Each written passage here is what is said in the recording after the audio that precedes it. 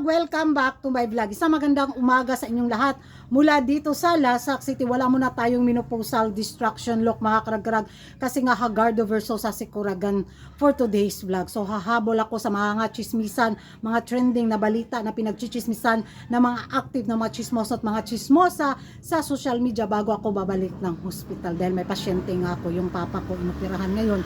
So, at ito na nga mga karag-karag, trending ngayon ang pa-documentary, tama ba yung pronunciation ko tungkol dito sa Miss Universe organization, sa Miss Universe pageant, yung Crack the Crown ba yun, yung pamagat ng documentary na yun, na kung saan napanood ko yung mga pa-teaser, bitaw na very, halaka, masyak ka galor sa mga impormasyon na malalaman mo. Makaingon ka ba, halaka, grabe ka, brutal, halaka, nakakasuka yung mga revelasyon sa mga taong nagsiwalat sa baho ng Miss Universe organization, lalo na sa bagong may-ari ng Miss Universe organization, bitaw si Paring Raul, tungkol nga dito sa mga kontrobersiya, mga pa-iskandalo, ang laking mga milyones na yung mga pinag-uusapan nila mga karag-karag, mga koneksyones na makaingon kabag, halaka, bakit ngayon lang ito inilabas after the Miss Universe pageant? So sabi rin ng mga chismoso at mga chismosa, kaya daw ito ngayon lang nilabas mga karag-karag kasi more on trending daw sa Miss Universe pageant, mas papatok daw sa mga beauty pageant lovers, sa mga itong mga kontrobersiyang to na nilabas sa pa-documentary na to. So sabi din ng mga chismos at mga chismos sa mga karag-karag na part lang daw to ng strategy ng Miss Universe organization, parang hindi naman. Kasi nagpalabas din ng statement ang Miss Universe organization na kabahabang pa orasyon galore yung babasahin mo tapos ang liit pa.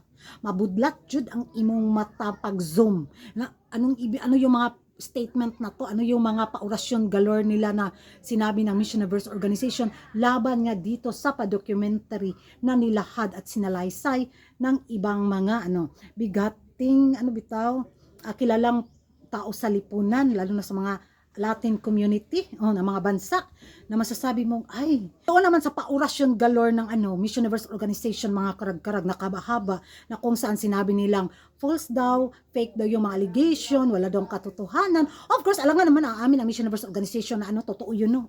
Syempre, di-deny talaga sila. Kung hanggang saan yung pag-deny nila, kung abot hanggang universe, yun talaga yung gagawin nila. Hindi talaga yan sila, yes, it's true. Oh, yes, it's true. Yes, there is a proven proof. Oh, ganon. Kuragan. So, yagaan na lang nato ni. So, syempre, talagang sasabihin nilang nagsisinungaling, yung mga pag ganun. Wala tayong iba talagang marinig sa mga paorasyon galore pag may mga kontrobersiyang malalabas.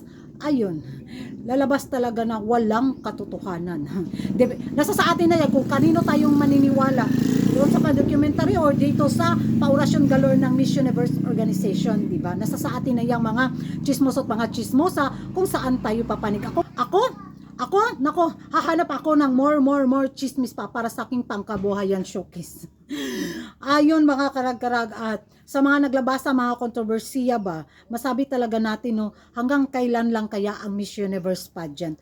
Yung mula sa Trump era, sa IMG era, yung mga reputasyon na nilalagaan ng bumuo ng Miss Universe organization hanggang mapalago ito, hanggang sa tuluyan na talagang mawala bitaw sa unang namamahala ng Miss Universe pageant.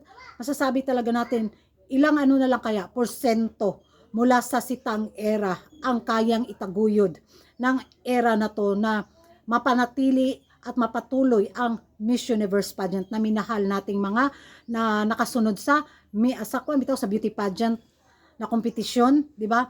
So masasabi natin baka isang na lang ng oxygen, baka tuluyan ng mamatay ang Miss Universe pageant after nito mga pakontrobersiya na naglabasan, yung mga lalaking pera na mga pinagsasabi nila, di ba? Mapaisip ka na, hindi sila na-stress. Nakakaloka mga karag-karag. Ewan ko na lang sa inyo kung ano yung magiging reaksyon ninyo dito nga sa mga naglabasa, mga documentary tungkol nga sa Miss Universe organization at ang naging paorasyon statement galore ng Miss Universe organization sa mga paiskandalo na to. Mag-ingay tayo sa comment section mga karag-karag kung ano yung magiging reaction ninyo. Comment down below kung hindi ka pa nakapag-subscribe sa YouTube channel ko. Don't forget to like and subscribe Kuragan Karag, ang babaeng lagi na karag-karag. And see you in my next vlog. Grabing kapwe. I'm so tired.